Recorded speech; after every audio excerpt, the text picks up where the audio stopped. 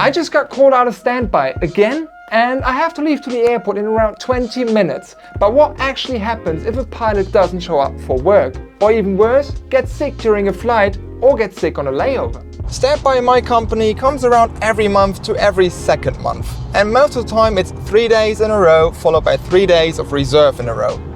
Those 3 standby days start with a late shift, with a mid shift, and then with an early shift. I have no clue where I'm flying to. The only thing I can do to prepare and pack accordingly is check Frankfurt departures. Today that was Tampa, Orlando, Halifax, Calgary, and then I just check the weather stats and pack accordingly. So I got Calgary today. I'm driving there right now. I've got 10:40 a.m. in the morning. Check-in is at 12, so I've had a bit more time to prepare there. But other than that, standby is always a bit of gambling. And that's where it all gets interesting, because standby exists for a reason. Pilots do get sick, and if that happens, the airline operation has to adapt. Let's say it's a few hours before departure, passengers are checking in, the aircraft is being prepped, and one of the pilots calls in sick. What now? The very first call goes to crew scheduling. They're the nerve center of the airline. They track every flight, every crew member, and every standby reserve like me. If a pilot reports unfit to fly, it kicks off a fast chain reaction. If I'm on standby and match the needed qualifications, say it's a long haul and I'm a long haul rated, I'll get the call. From that moment, I've got a legal defined window to get to the airport. For me, it's usually within 60 to 90 minutes, depending on the airline. Things move quickly now. Crew scheduling updates the flight in the system, informs ops, and notifies the captain and the remaining crew. Everyone adapts. If the replacement can make it in time, the flight might stay on schedule. Mic check 1 2 1 2. Loud and clear. After start check. RTIs off. ECAP status checked. Pitch trim. Yes, 33%. Rudder trim. Neutral. After start checklist completed. Bermuda Ocean 76 request taxi. Runway 07 center via November, holding short November 4 Ocean 76. Gerade aus, da wo ich runter rauskommen. Ja. Clear left side. Clear right side.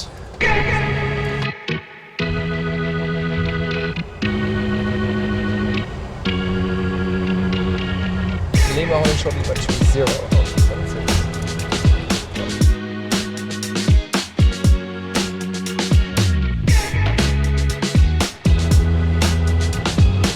Departure. Take off runway. Runway 07 center. 07 center, Lima 21. TCAS. Ja. Pack 1 and 2. Off. Runner checklist completed. On approach is immer noch clear. Check. Runway 07 center, clear takeoff, Ocean 76. That's alright. Ready. And take off.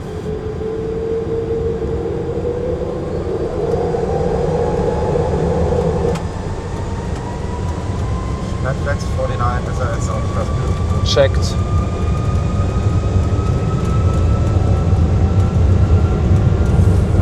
Thrust set.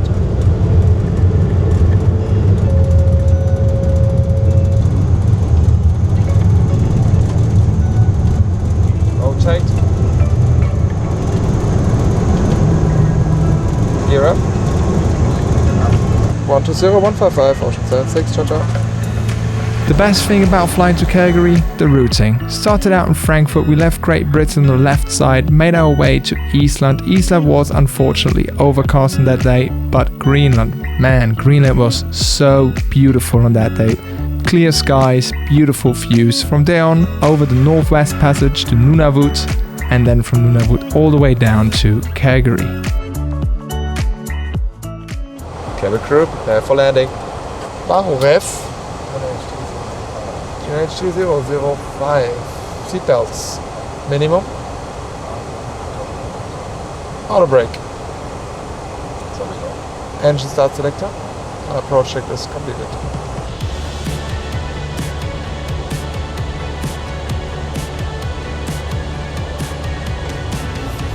187 Ocean 76, have a good day. Checked. 187. Target day Ocean 76, extension VRS 17 left. Here then. ICA memo. Landing checklist completed.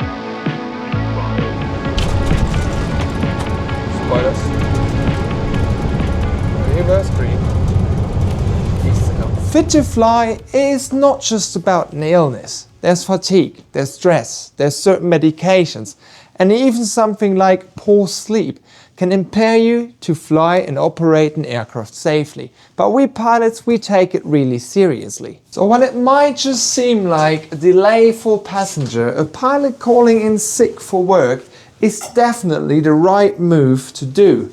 And having pilots on standby from the airline is basically the safety net to keep the operation running smoothly and definitely safe.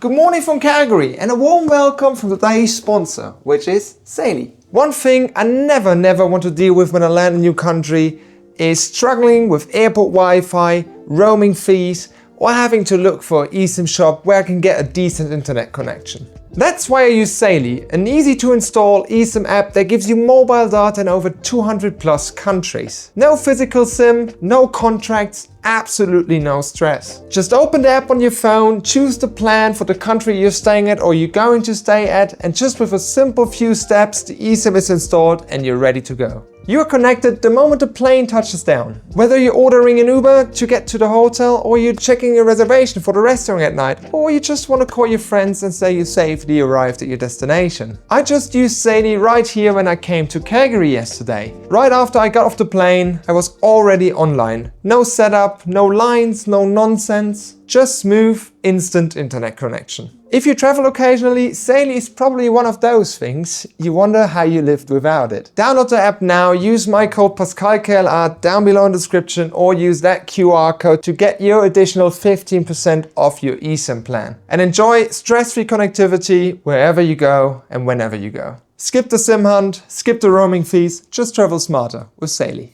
But what happens if you're already in the air? Everything is running smoothly and then boom, suddenly one pilot starts to feel sick. What happens now? First of all, there are safety protocols for such scenarios or situations. Every aircraft is equipped with medical first aid kits and our cabin crew is well trained in basic emergency first aid. If it's just something minor like feeling lightheaded or a bit dizziness, the pilot steps away from the controls first of all and then gets assessed. The other pilot takes over control of the whole aircraft then, and even can call a number called MedAir, which is available for us 24/7 all year long, and that connects us with a doctor on the ground, which helps us to assess the situation even more. We can explain the symptoms, get guidance, and together with the doctors, dispatch, so the company, we then decide on what to do next. In most cases, we can continue the flight with no problems. But in more serious cases, where there is, for example, chest pain involved, confusion, or the general performance of that pilot is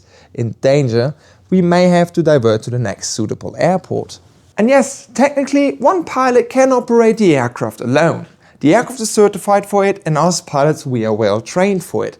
But it's not an ideal situation. It decreases redundancy, increases workload, and definitely increases stress as well. And that's why this decision is made carefully, with safety as a top priority. It's not just about getting to the destination, it's about making sure that everyone, including the crew, is okay along the way. But now you're at your destination. You've done your long haul flight, you checked into your hotel, you grab a quick dinner, and then it suddenly hits you. Upset stomach, fever.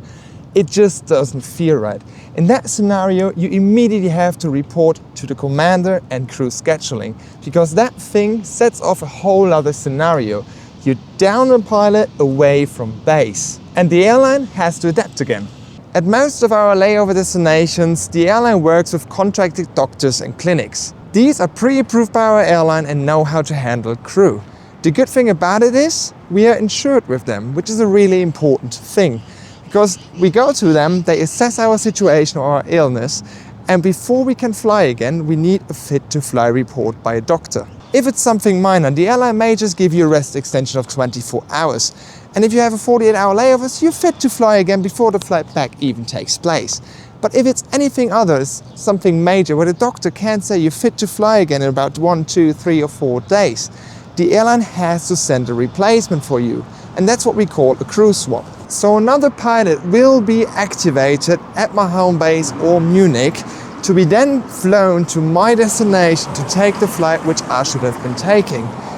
The thing is, if it doesn't work out time-wise, maybe the whole flight has to be postponed for another 24 hours. And that is why it's so crucial to immediately contact the commander and crew scheduling to get a replacement for that specific flight.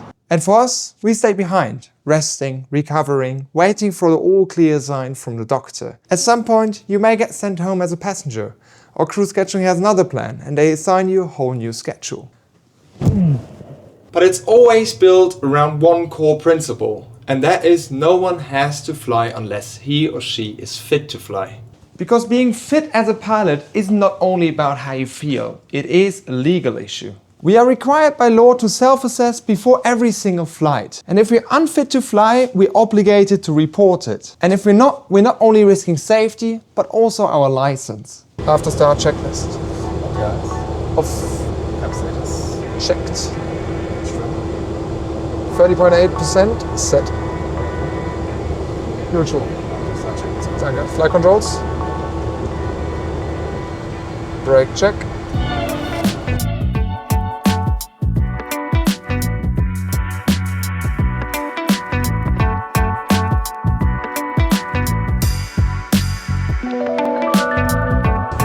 Cabin crew, prepare for departure.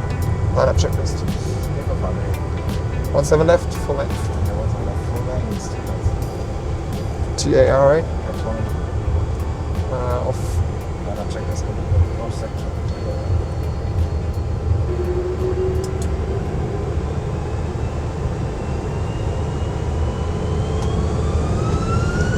Man, flex 43 SAS runway order for spill.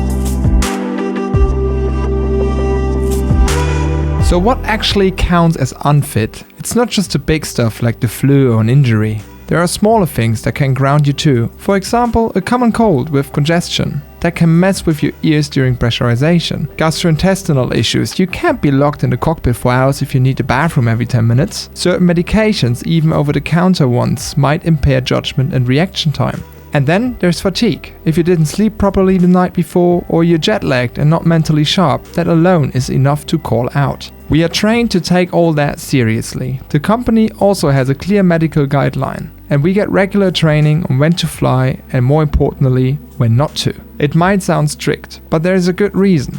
As pilots, we're operating in a high-performance, high-responsibility environment. You need to be sharp, alert, and ready for anything.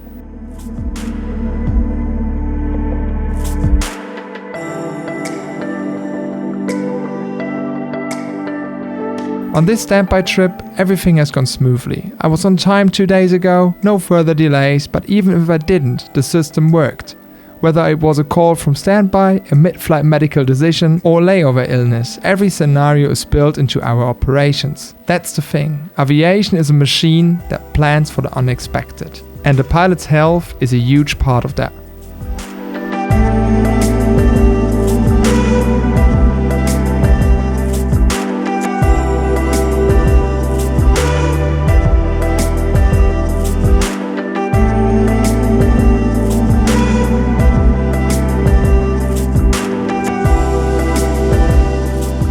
So just remember, next time your flight gets delayed because a crew member called in sick, that's exactly how it's supposed to work, and the system responded accordingly. Safety always comes first, even if that means a crew member has to call in sick last minute. With that said, have a good one, peace, see you next one.